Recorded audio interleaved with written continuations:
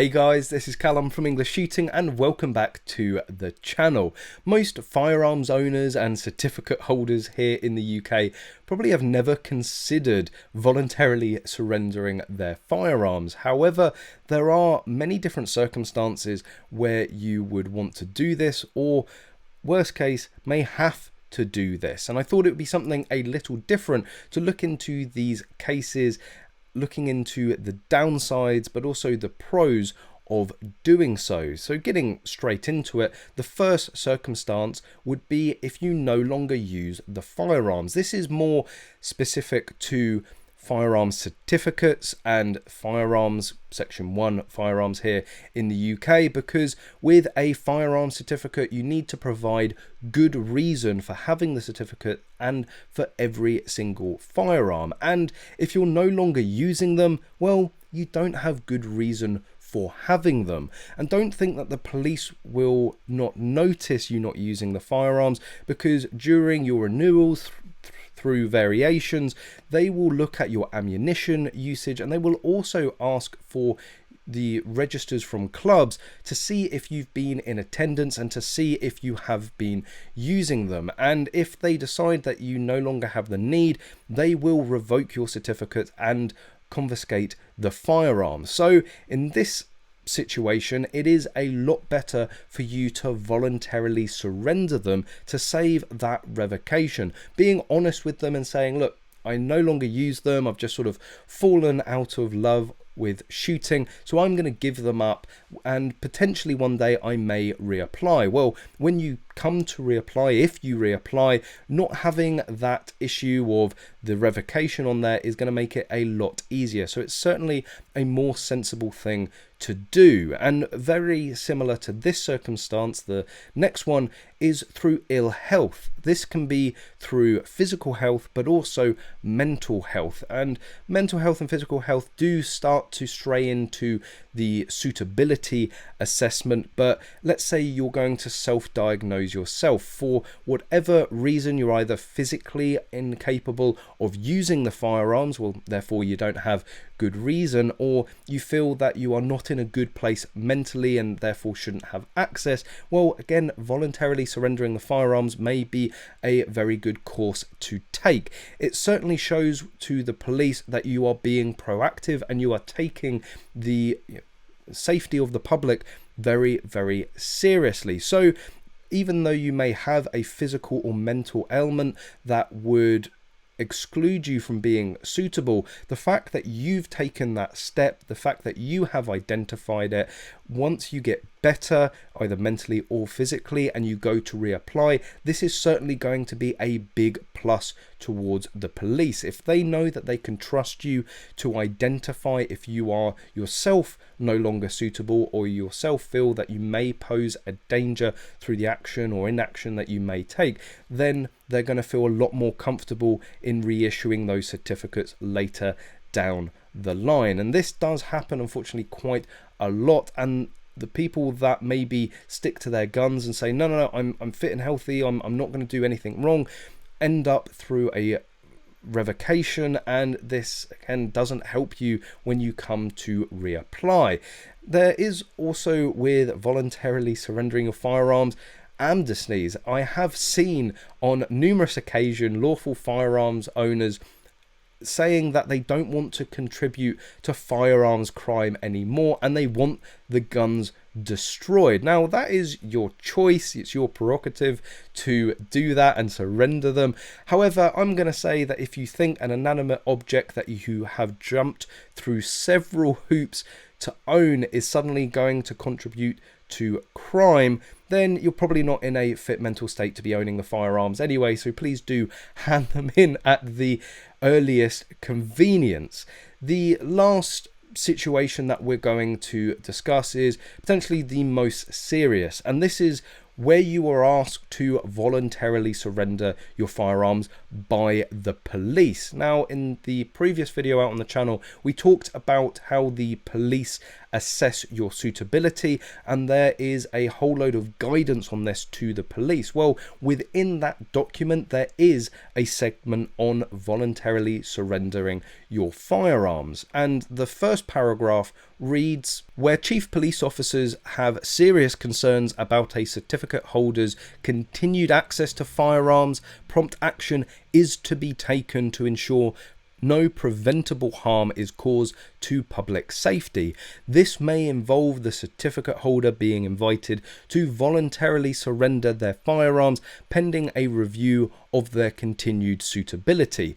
If voluntary surrender is not possible, powers under the PACE Act may allow firearms to be seized in appropriate circumstances. When firearms are surrendered or seized, ammunition and the certificate should also be seized. You may think that it's an absolute no-brainer to go with the voluntary surrender. If you know if you refuse it's going to lead to a revocation, then surely go for the halfway house and not have that black mark against you of the revocation.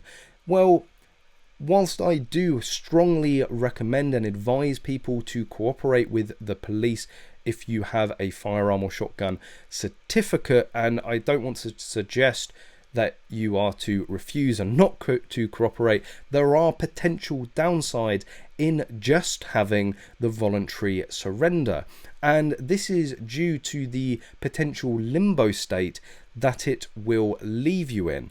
Now, with a revocation, there are set out guidelines and also rights of appeals you have to appeal that decision, and in my experience and also listening to the experiences of others that have found themselves in this unfortunate situation, the process of regaining your certificates and firearms is much longer if you voluntarily surrender them, and this is sort of backed up in the wording of the second paragraph on this segment, which says, following surrender or seizure of firearms, a full review should be carried out.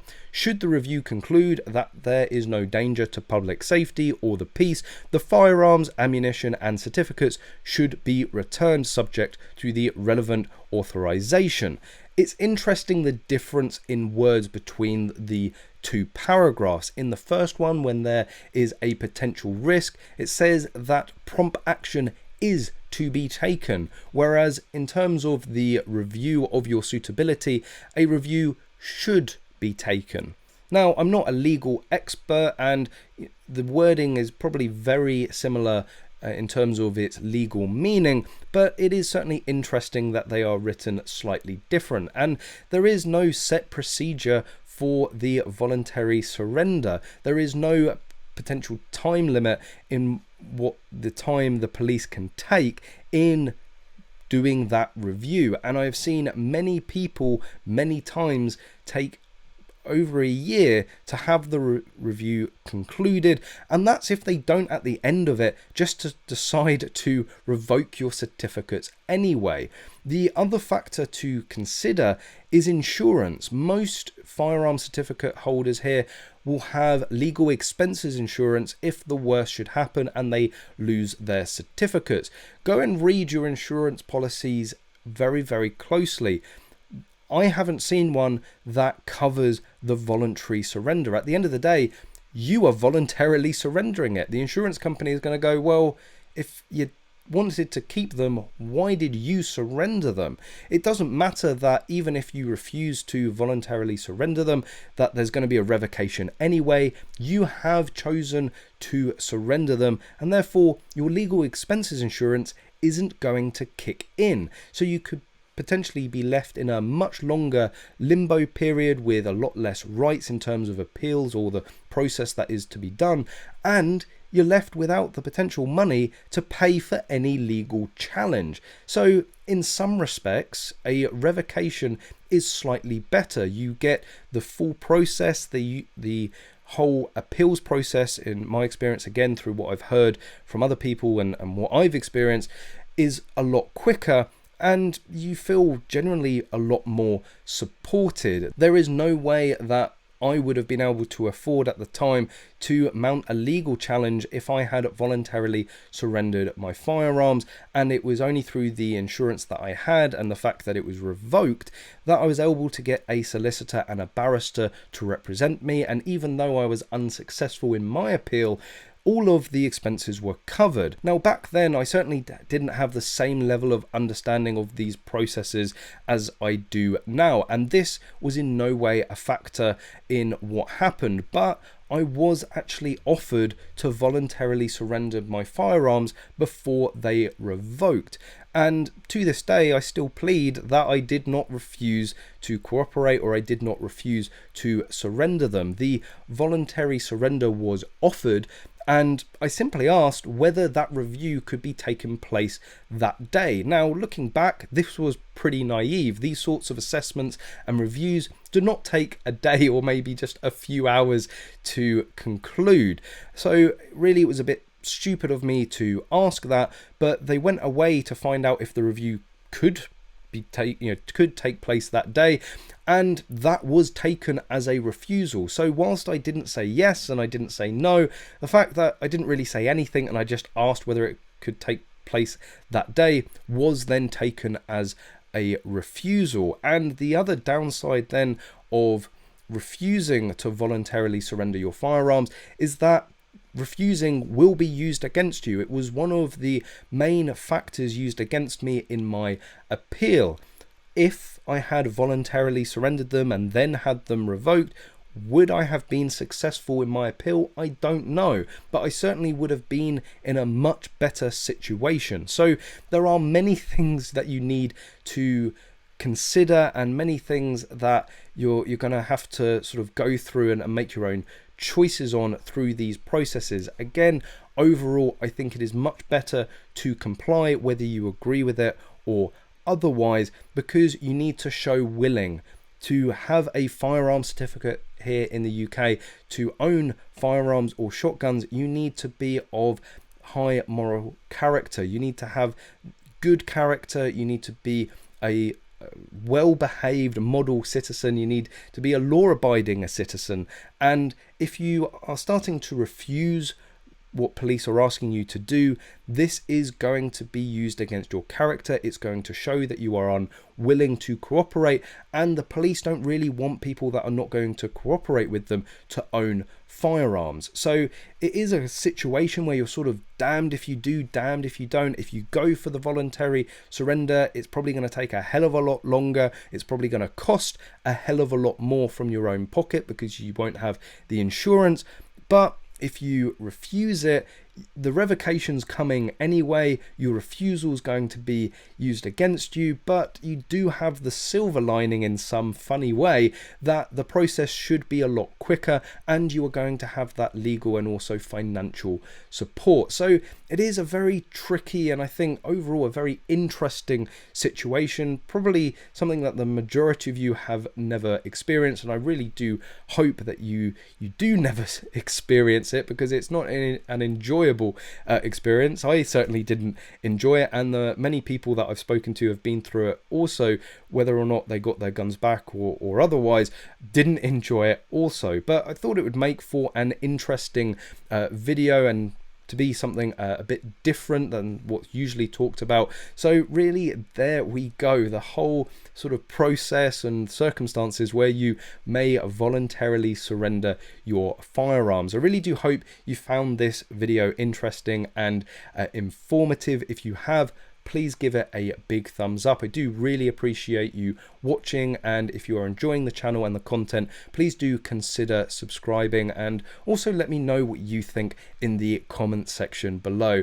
But as always, guys, I hope to see you soon.